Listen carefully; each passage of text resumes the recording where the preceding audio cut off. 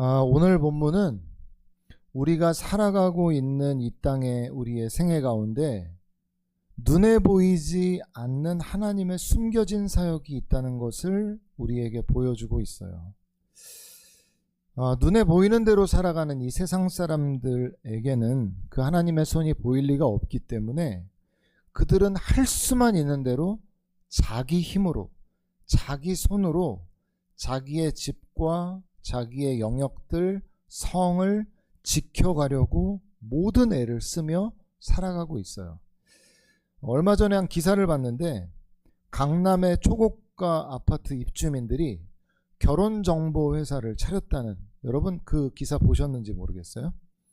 그 단지의 거주자 가운데 미혼 남녀 간의 소개팅을 비공식적으로 주선해서 굉장히 화제가 됐었는데, 입주민들이 아예 법인을 세워서 결혼 비즈니스에 진출하기로 한 거예요. 그래서 거기에 가입하려면 가입비 자체가 수십만 원에서 많게는 1,100만 원까지 가입하는 것만.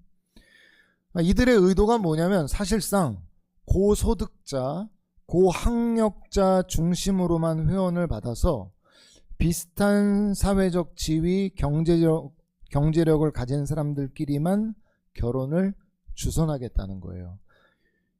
여러분, 아파트 단지마다 얼마나 자신들의 그 아파트 가격을 방어하기 위해서 그들이 커뮤니티를 만들어서 얼마나 그 자신의 집과 성을 지키려고 하는지 모릅니다. 단지도 그게 임대냐 아니냐, 몇 동은 뭐 임대냐 아니냐, 그걸로 나누어서 입구를 다르게 해야 된다, 막아야 된다, 제 집이랑 뭐 저기랑 놀지 마라, 저기랑 놀아라, 이러면서 얼마나 사람들이 자기의 집과 자기의 성을 지켜가려는 노력을 하면서 살아가는지 몰라요. 이게 지금 이 세상이죠. 여러분, 그러나 과연 우리의 집과 우리가 그렇게 지키고자 하는 성이 그렇게 해서 지켜낼 수 있는 것이냐?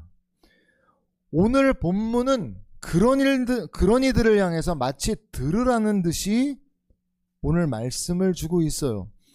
본문 1절의 시인이 뭐라고 말씀합니까? 다시 한번 같이 읽어볼까요? 시작. 여호와께서 집을 세우지 아니하시면 세우는 자의 수고가 헛되며 여호와께서 성을 지키지 아니하시면 파수꾼의 깨어있음이 헛되도다. 여러분, 물론 여기서 우리가 주의해야 될 건 인간의 노력이 불필요하다라는 말을 하려는 건 아니에요. 그렇지만 인간의 노력에 있어서 거기에 하나님의 도우심, 하나님의 행하심이 없는 인간의 수고와 노력이라면 그 수고는 유지되거나 지켜질 수가 없다, 헛된 일이다 라는 것을 말씀해 주려 하고 있는 것이에요. 여러분, 이 시의 저자가 솔로몬이라는 사실이 참 역설적입니다. 왜냐하면 아까 기도자도 솔로몬 얘기를 해주셨는데, 솔로몬이 통치 초기에는 그의 집안과 나라를 온전히 세워나갔죠. 근데 나이가 들어서는 모든 것을 허물어 버렸습니다. 솔로몬은 스스로 이렇게 생각했을 수 있어요. 나는 처음부터 끝까지 원래 하던 내 수고 그냥 그대로 했는데, 난 달라진 게 없었는데. 그러나 솔로몬은 자신이 지은 이 시로 자기 자신을 교훈하지는 못한 거예요. 솔로몬의 초기에는 여호와께서 이스라엘의 집을 친히 세우시고 그 나라를 이끄시는 일들을 앞서 행하여 주셨죠. 그러나 솔로몬이 점점 이방 여인들에게 마음을 뺏기고 돌려서 우상 숭배에 빠지게 돼요. 그 우상 백화점을 만들어 놓음으로 인해서 하나님이 2번이나 명확하게 경고하셨지만 듣지 않죠. 그땐 이미 마음이 떠났기 때문에 그래요. 결국 이스라엘로부터 하나님의 임재가 떠나버립니다. 생각해 보세요.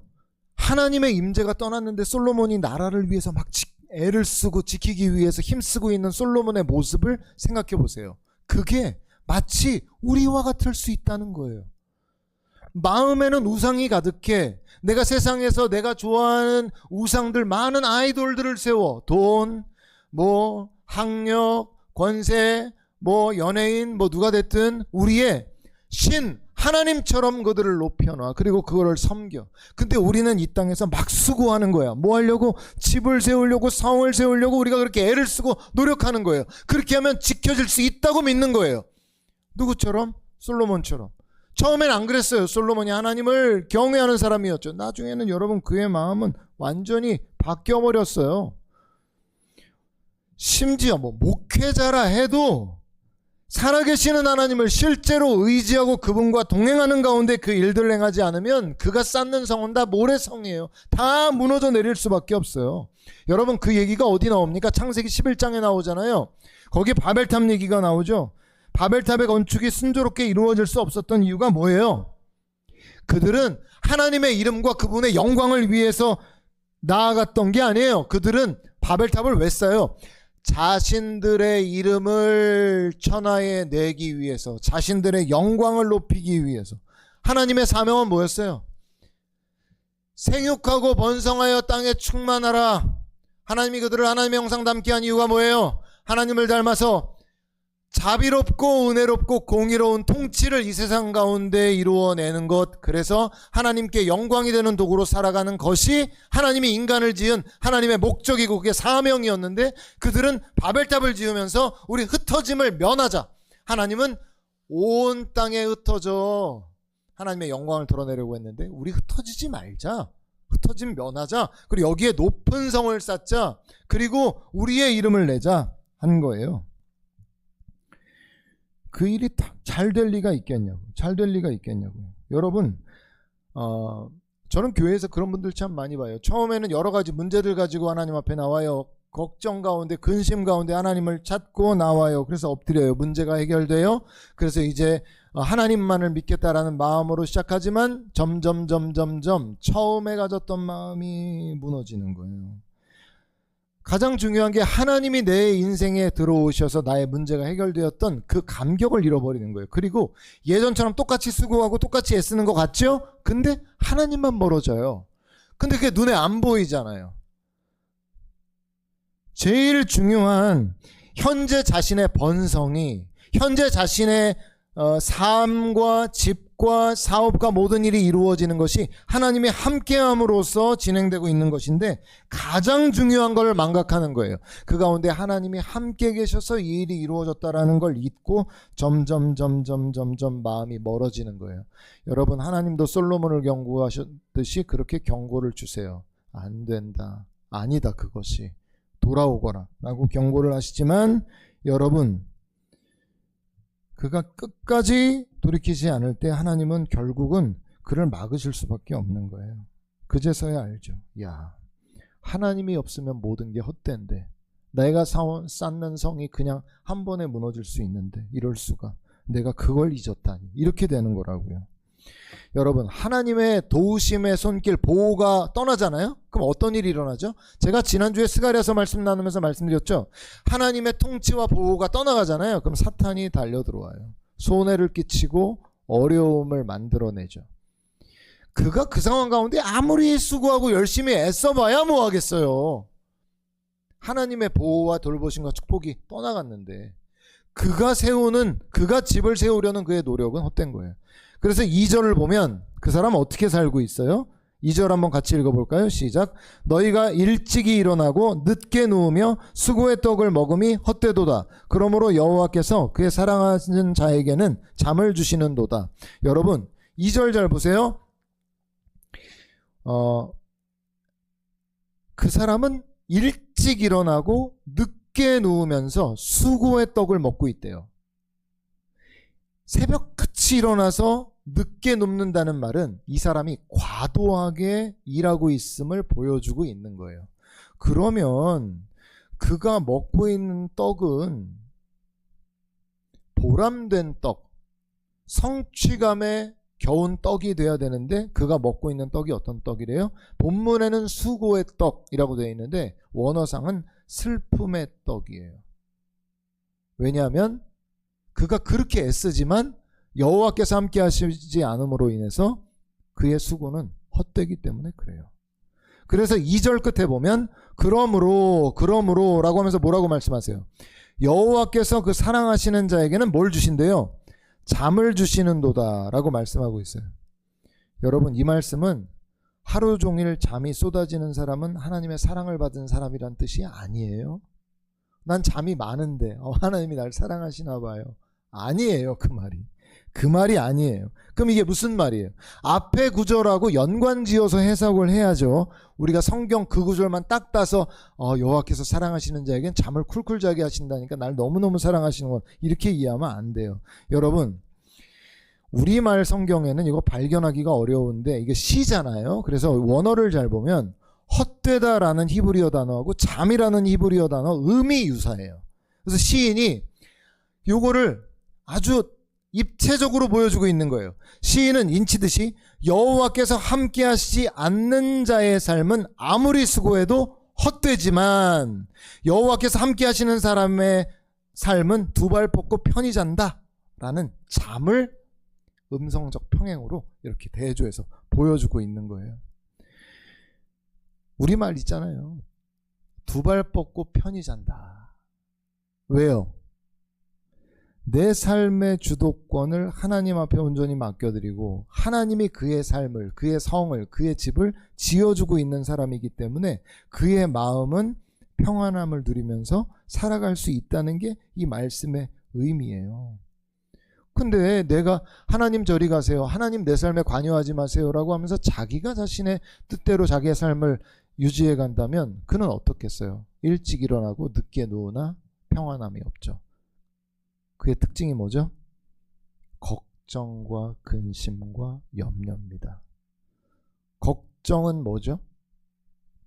하나님이 돕지 않으실 거라는 믿음이에요. 염려가 뭐예요? 하나님이 돕지 않으실 거라는 믿음이에요. 그것도 믿음이에요. 어떤 믿음? 돕지 않으실 거라는 믿음. 여러분, 집 짓는 일 하나만 해도 우리가 염려에 사로잡혀 있으면 어떻게 살아가겠어요? 인부들이 일하다가 사고나 나면 어쩌지? 땅을 파다가 거기에 바위가 나오면 어떡하지? 추가 비용이 엄청나게 들 텐데. 아니, 집을 아무리 잘 지으면 뭐해? 사람들이 들어와 사는데 갑자기 우리 집에 문제가 생겨서 그 사람들이 갑자기 그 집에서 문제를 당하면 나한테 손해배상을 하면 어떡하지? 그 사람들이 화를 입으면 어떡하지? 집에 외장재가 떨어져서 지나가는 사람이 다치면 어떻게 하지? 그 집안에 가스공사가 잘못해서 사고가 나면 어떡하지? 어떡하지? 그 사람이 어떻게 편히 잘 수 있어요? 어떻게 편히 잘 수가 있어요? 걱정에, 염려에 잠을 못 자요. 여러분, 인간은 일생에, 우리의 인생에 있어서 3분의 1의 시간을 잠의 시간으로 보내요. 잠이 얼마나 중요하죠? 그런데 그 시간에 잠을 못 자요. 왜? 하나님 앞에 맡기지를 못하니까. 하나님 앞에 완전히 내어드리지 못하니까. 하나님 앞에 맡겨지지 않으면 아무리 돈이 많고 아무리 내가 집을 잘 지었고 성을 철옹성처럼 지켜서 산다고 해도 그의 삶에는 진정한 평화가 없어요. 불행하기로 작정한 사람처럼 하나님 손 뿌리치고 하나님 내가 지어야 돼요, 내가 지켜야 돼요, 그렇게 눈이 빨개져서 살아요. 그러니 새벽같이 일어나서 밤늦게까지 쉬지 못하고 눈물 젖은 빵을 먹는 사람이 2절에 있는 이 사람이에요. 이 사람의 수고가 이 사람을 얼마나 고통스럽게 하고 있냐고요. 여러분, 진짜 믿음은 걱정할 만한 상황에, 걱정이 당연한 상황에 진가를 드러내요. 분명 평안함이 없을 것 같은 상황인데 하나님 앞에 모든 걸 맡기고 평안을 누리는 거죠. 예전에 제가 한번 어떤 대학 총장님 말씀드린 적이 있어요. 사람들이 총장님께 우르르 몰려와서 차마 입에도 담지 못할 그런 말들을 쏟아내면서 총장님을 공격을 하는 거예요. 사모님이 옆에서 그걸 보면서 계속 이 사람 이거 감당할 수 있을까? 계속 그냥 마음에 걱정이 되는데 같이 사모님하고 이제 돌아와서 그날 저녁에 이제 식사를 차려드렸는데 저녁을 그렇게 맛있게 드시더래요. 그래서 이 사람 뭐야? 그래서 이제 봤는데 또 잠을 주무시는데 코를 골면서 아주 쿨쿨 자더라는 거예요. 그래서 그 다음날 하도 어이가 없어서 사모님이 여보, 당신은 어떻게 그런 일을 당하고도 그렇게 뭐 밥을 맛있게 드시고, 아니 그거 좀 뭐라는 게 아니라 그리고 이렇게 잠을 쿨쿨 잘 수가 있냐고 그랬더니 그 총장님이 뭐라 그래요? 죽었는 걸 뭘. 나 예수님 안에서 죽었는데 뭐 사람들이 와서 나한테 뭐라고 하든 저런 뭐라고 하든 날 공격하든 난 죽었어 여보. 죽은 사람이 뭘 걱정을 하고 죽은 사람이 뭘 그렇게 마음 아파하고 해. 예전에 죽었는데. 그분 얘기 듣는데 마음에 그래 맞지, 예수님 믿는다는 거 그런 거지. 우리가 예수님 믿어 좋은 거 뭐예요? 아니 우리가 기도해서 정말 대단한 어떤 응답을 받는 거 그것만을 여러분 바라며 살아가세요? 예수님 우리 안에 들어오셨잖아요. 그리고 뭐라고 그러세요? 너 얼마나 수고하고 무거운 짐 지고 살고 있어. 걱정 염려 많지? 나한테 와. 그리고 쉬어 너는. 그거 얼마나 기쁜 일이에요. 저 예전에 예수님 믿기 전에 공황장애에 있었다고 그랬잖아요.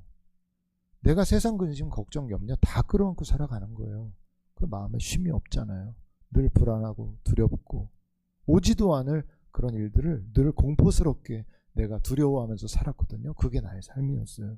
근데 예수님이 내 안에 들어오시고 나서는 계속 그러시는 거예요. 선택아, 힘 빼라. 힘 빼라. 힘 빼라. 계속 하나님 나한테 힘겨루기 하시면서 네가 할 거야? 너가 힘들어도 너가 할래? 너가 이렇게 괴로운데 너가 할 거야? 너가 할래? 계속 그렇게 힘겨루기 하면서 하다 하나님이 결국에는 내가 애써봐야 안 된다는 거 다 보여주시고는 네가 오늘 할 일만 하고 나머지 맡겨라. 그게 익숙해지니까 그렇게 편한 거예요. 그게 안 될 때는 그렇게 불안하고 예수님을 믿지만 전도사 사역도 하고 목사도 됐지만 그렇게 마음은 여전히 쉬지 못하는 영역이 있었는데 진짜 맡기고 나니까 이렇게 편한 걸 진작 할 걸. 우리가 예수님 믿지만 그게 쉽다면 얼마나 좋겠어요. 저도 이렇게 얘기하지만 저도 여전히 훅 불안이 들어올 때가 있고 염려가 들어올 때 있어요. 그때마다 맡기는 거죠. 맡기라는 거예요. 하나님 난 몰라요. 내 미래, 내 앞으로의 장래, 하나님 내일 일도 모르는데요. 뭘. 그리고 맡기고 그 총장님처럼 하나님이 책임져 주세요 하는 것, 오늘 솔로몬이 그렇게 하라고 우리에게 교훈하고 있죠. 3절부터는 보라라고 얘기하면서 주의를 환기시켜요. 그러면서 무슨 얘기를 꺼내냐면 자식 얘기를 해요. 자식 얘기를 하세요. 근데 여기도 여러분 이게 시편이기 때문에 물론 다른 성경도 마찬가지지만 원어를 아는 게 유익한데 시이기 때문에 더 이런 시적 기능들이 안에 들어있거든요. 그래서 이걸 알아야 이해가 돼요. 왜 자손 얘기를 꺼내는지. 1, 2절 보세요. 1절과 2절 보면 세우다, 1절에 보면 세우지 아니하면 그리고 세우는 자 나오죠. 이게 히브리어로 바나라는 말이에요. 뜻이에요. 아들이란 자녀란 뜻인데 그래서 바나 뭐 이런 뜻인데 여기에 나오는 이 아들이라는 단어는요. 그러니까 앞에는 세우다 세우는 자가 바나고 여기에 자손 아들 자식 이 단어가 바님이란 뜻이에요. 바님이란 의미예요. 그러니까 음임 소리가.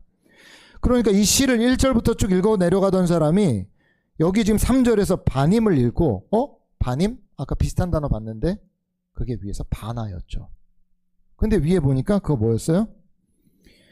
여호와께서 세우지 아니하시면 여호와께서 바나하지 않으면 그 바나하는 자 헛되다고 했었는데 여기에 다시 바님 자손 이야기하면서 그게 뭐래요? 여호와께서 세우시는 기업이래요.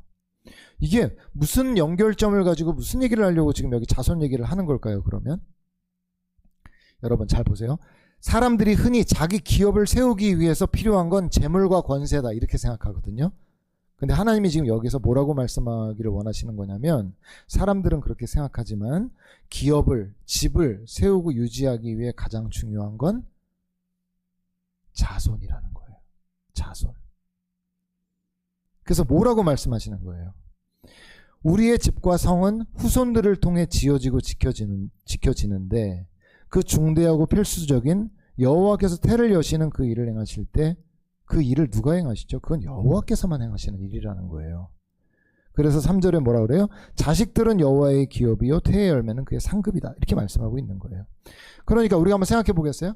어떤 도시에 정말 대단한 도시가 있는데 그 도시에 태가 닫혔다. 그러면 100년 후, 200년 후에 그 도시와 집이 어떻게 되겠어요? 유지될 수 없죠. 그걸 지금 얘기해 주고 있는 거예요. 이건 하나의 어떤 원리적인 예라고요.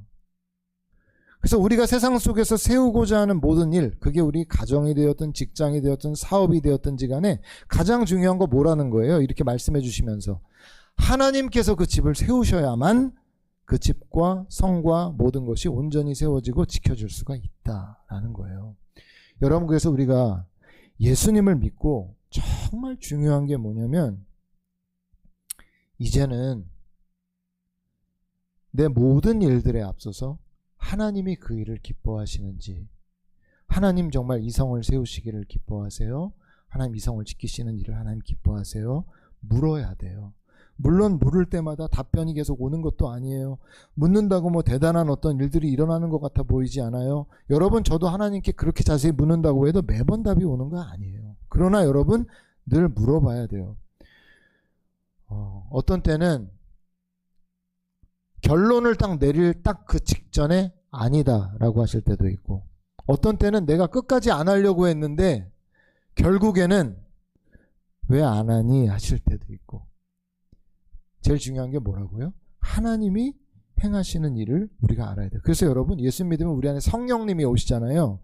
여러분, 성령님의 마음을 느끼고 성령님과 동행하면서 그분이 기뻐하시는 건 어떤 건지, 그분이 근심하시는 건 어떤 건지를 잘 캐치하는 거. 여러분, 우리가 이런 거에 전문가들이 돼야 돼요. 예수님을 믿어도 이 땅에 예수 믿는 그 인구가 뭐 800만, 700만이라고 해도 정말로 성령님과 살아가는 그 삶의 전문가들처럼 살아가는 사람들이 있는가 하면 그 일에 대해서 너무 약한 사람들도, 오히려 그런 사람들이 너무 많아 보여요. 성령님에 대한 지식이 너무 없는 것이에요. 실제 내 삶에서 24시간을 나와 함께 하시는 분이신데 나의 어떤 생각을 기뻐하실지 아닐지, 내가 뭔가 행하는 일에 대해서 뭐를 기뻐하실지 아닐지. 여러분, 놀랍게 하나님은 우리가 성령님에 대해서 알고 싶어하면 알고 싶어하는 만큼 열어주세요. 이거 경험적인 얘기예요. 하나님은 우리가 그분에 대하여 관심을 갖는 만큼 열어주신다고요. 그래서 여러분이 만일 주일에만 와서 난 하나님 예배하고 마는 거지 뭐 하잖아요? 그러면 딱 그만큼만 하나님을 알 수밖에 없어요. 근데 여러분이 길을 걸을 때도 성령님에 대한 막 마음의 열망을 가져서 성령님 답변을 해주시든 안 하시든 상관없어요. 전 계속 말을 걸 거예요. 지하철을 타도 버스를 타도 밥을 먹어도 계속 말을 붙이는 거예요. 여러분, 제가 혼자 중얼중얼거릴 때가 많거든요. 혼자서도. 제가 미친 게 아니에요. 정상이에요. 근데 계속 말을 걸어요.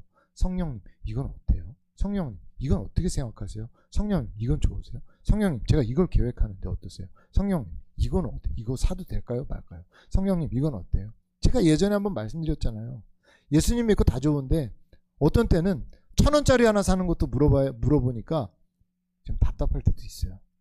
아유, 1,000원짜리는 그냥 내가 그냥 팍팍 샀으면 좋겠는데 1,000원짜리도 묻고 있으니까 이거 물었는데 답을 얻고 사야 될 것 같은데 물었으니까 안 물었으면 모르지만, 그래서 내가 그거를 1,000원짜리 이거 살까 말까 하나님께 물어보는데 속으로 괜히 물어봤다 이런 생각이 빠질 때도 있어요.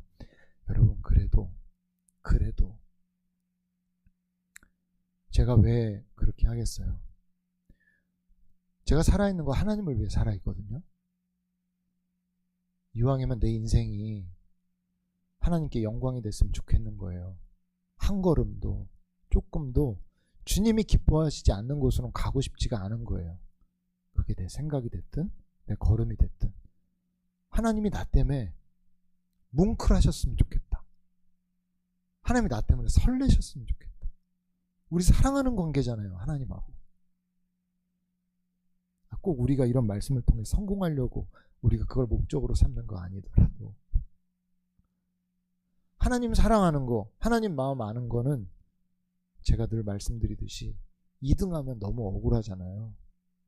괜찮으세요? 다른 누군가가 나보다 하나님 더 사랑하는 거 괜찮으세요? 여러분이 하나님을 아신다면, 정말 만나신 분들이라면 그런 거 2등하는 거 괜찮다는 사람은 없을 거예요. 아이, 저 사람 원래 그러니까 나보다 더 하나님 사랑해도 돼. 괜찮으세요? 저는 그건 안 되겠어요. 제가 늘 말씀드리잖아요. 여러분이라면 제가 허용해 드릴게요. 여러분 빼고는 안 돼요. 우리 교회 성도들 빼고는 뒤처지고 싶지 않아요. 저는 하나님 사랑하는 거, 하나님 마음 아는 거, 꼭 내가 이렇게 하면 벌을 받을까 봐가 걱정돼서 그런 거 아니에요. 하나님이 하고 싶어 하시는 일을 하고 싶다. 하나님이 좋아하시는 거 하고 싶다. 하루를 살아도, 1분을 살아도, 1초를 살아도 주님이 원하시는 대로 살고 싶다. 이런 마음이 막 올라오니까 자꾸 묻는 거예요. 대답이 없어도. 하나님이. 예수 믿는다는 게 종교생활 하려고 믿는 거 아니죠, 여러분. 그러니까 내 진짜 예수님이랑 같이 가는 거 내가 좀 잘하고 싶다. 이런 열망들을 좀 가지시라고요. 구체적으로 어떻게 지키시는가가 4절부터 나오거든요. 보세요. 4절에는 같이 한번 읽어볼까요? 4절 5절 읽어볼게요. 시작. 젊은 자의 자식은 장사의 수중의 화살 같으니 이것이 그의 화살통에 가득한 자는 복되도다. 그들이 성문에서 그들의 원수와 담판할 때 수치를 당하지 아니하리로다. 아멘. 자, 보세요. 4절에는 젊은 자의 자식, 그리고 장사의 수중의 화살로 비유하는데, 여러분 왜 하필 젊은 자의 자식일까요? 이게 뭘 의미하려는 걸까요? 젊을 때 낳은 자식은 기력이 왕성할 때 낳은 자식이기 때문에 그의 자녀 또한 강성한 자녀일 거라는 점을 암시하고 있는 거예요. 강성한 자녀들이 옆에 있는 거죠. 근데 5절을 보니까 하나님께서 많은 선물 자녀들을 주심으로 그 전통에 화살이 가득하다 이렇게 말씀해요. 그래서 5절 하반절에 보면 성문에서 원수와 담판을 짓는 상황을 보여주시면서 많은 자식을 둔 아버지는 비록 부당하게 고소를 당한 상황이라고 해도 걱정할 것이 없다는 거예요. 왜? 그가 하나님으로부터 받은 그 많은 장성한 자녀들이 그의 아버지가 어려움을 당하거나 손해를 보도록 그냥 관망만 하고 있지는 않을 것이기 때문에 그래요. 여러분, 여기서 포인트가 단지 젊은 자식들이 주는 힘이 아니라 그 힘을 누가 주셨다? 여호와 하나님께서 그가 하나님을 경외하는 자에게 주신 선물로 그가 그걸 받았다는 거예요. 결국 우리의 삶을 지키는 거, 우리의 집을 지키는 거, 성을 지키는 거, 우리가 하나님 빼놓고 우리가 지킨다고 해서 지켜지는 게 아니고 여호와께서 지어주셔야, 하나님이 지켜주셔야 우리가 두 발 뻗고 잘 수 있는 것이죠. 하나님이 지어주셔야. 여러분 생각해 보세요. 이제까지의 인생 쭉 한번 돌아보세요. 내가 계획한 대로, 내가 뜻한 대로 그 일들이 다 이루어졌었는지. 여러분 인생이 그렇지가 않죠, 그죠? 하나님께서 나와 함께 하시며 하나님이 이끄시는 일 가운데 하나님의 성취와 인도로 우리가 왔던 거 여러분 기억하실 거예요. 그의 삶에, 그렇게 하나님을 경외하고 하나님의 인도함을 받는 자의 삶에 뭐가 있다는 거예요? 진정한 승리가 있다는 거예요. 아브라함이 갈대아 우르에서 원래는 우상장사의 아들로 태어나서 우상들만 늘 보고 살아가던 아브라함이 하나님을 만나요. 그래서 약속을 받죠. 그리고 갈 바를 알지 못하고 하나님의 약속을 붙잡고 그가 살아가게 되잖아요.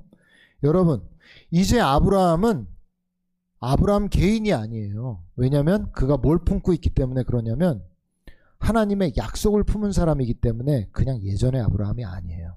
아브라함은 어떤 아브라함이에요? 하나님의 꿈, 하나님의 약속, 하나님의 기업을 품은 아브라함이 되었죠.